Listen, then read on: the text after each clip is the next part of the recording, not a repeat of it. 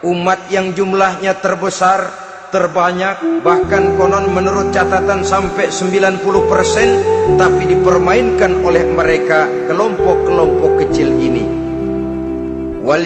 Walyaksifanna fi qulubikumul wahn. Pada saat itu di hatimu dicampakkanlah penyakit wahan. Sahabat kemudian bertanya, "Wa mal wahnu ya Rasulullah?"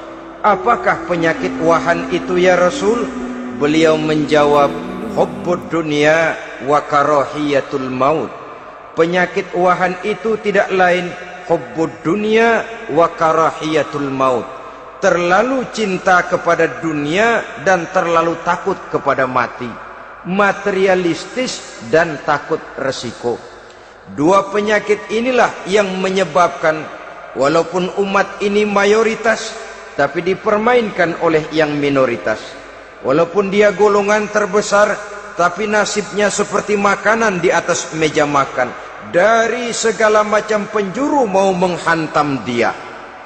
Saudara-saudara kaum muslimin yang berbahagia, ini merupakan analisa sosial bahwa pada suatu saat nanti akan terjadi di tengah-tengah umat di mana kita dihantam dan diserbu dari segala macam penjuru.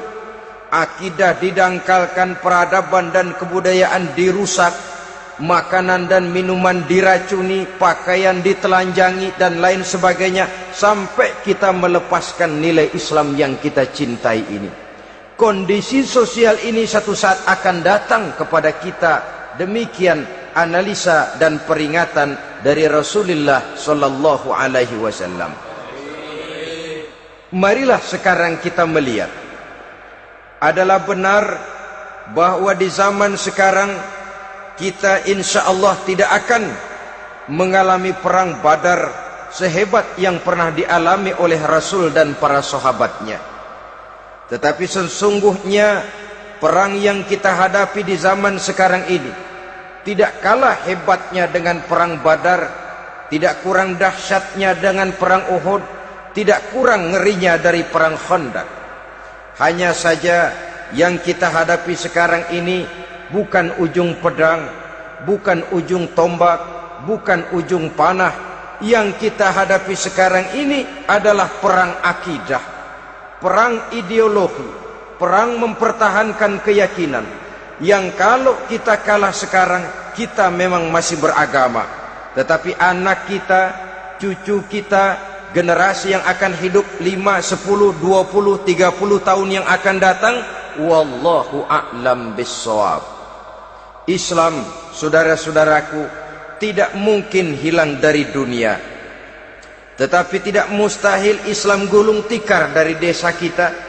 Tidak mustahil Islam gulung tikar dari kampung dan kota kita, jikalau kita tidak menjaganya, jikalau kita tidak memeliharanya, bahkan jikalau kita tidak mewariskannya kepada anak-anak kita, generasi yang akan datang. Marilah kita mengingat sejenak bagaimana Islam di Spanyol yang pernah jaya, pernah mewarnai daratan Eropa, dan yang sekarang hanya sekedar tinggal ceritanya saja. Ini pernah diperingatkan oleh Rasul dalam satu hadis, sayati ala ummati zamanun la yabqal Islam illa ismun wala minal Quran illa rasmun. Akan datang satu masa di tengah umatku di mana pada masa itu Islam ada tapi hanya tinggal sekedar namanya saja, dan Quran pun ada tapi cuma sekedar tinggal tulisannya saja.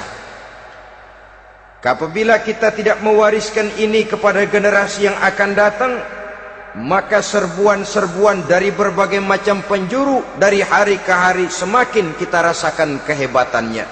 Tidak mustahil sejarah Spanyol akan terjadi di desa kita, akan terjadi di kampung kita, akan terjadi di kota kita. Orang Spanyol kalau mereka cerita kepada anaknya, mereka akan cerita, "Nak, di sini dulu ada masjid." Kapan, Pak? Dulu bener dah. Banyak orang Islam kalau hari Jumat pada sembahyang, kapan itu, Pak? Dulu sekali. Sekarang cuma sekedar tinggal ceritanya saja. Bukankah sesuatu yang sangat tidak mustahil apabila kita tidak menjaga dan mewariskan Islam ini kepada generasi yang akan datang, maka serbuan-serbuan akan membawakan hasil yang diinginkan oleh para penyerbu itu tadi. Kita sudah menjadi umat yang mayoritas, tetapi umat yang mayoritas ini menurut Rasul dikepung sedemikian rupa, akidahnya didangkalkan, peradaban dan kebudayaannya ditekan sedemikian rupa, kehidupan sosialnya dibuat individualis, kemudian dari segi pergaulan, pakaian, makanan, minuman dan sebagainya diracuni, sampai dia tidak lagi berpegang teguh kepada agamanya. Dan dikala itu hilang kehebatan umat ini di mata musuh-musuhnya. Orang lain memandang kita ringan saja, enteng saja, satu umat yang sudah kehilangan wibawa.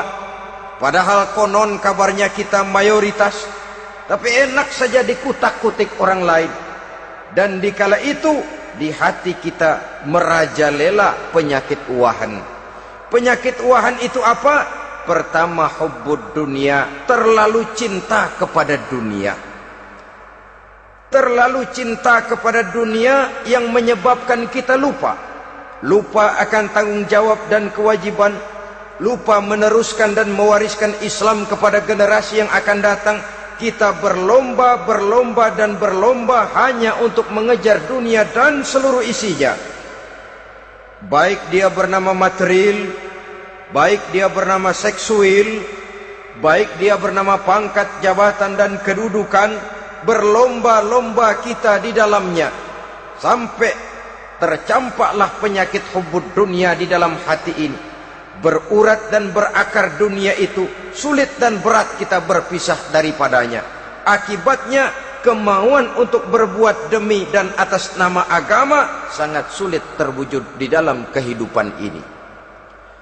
Yang kedua, karahiyatul maut, terlalu takut kepada mati.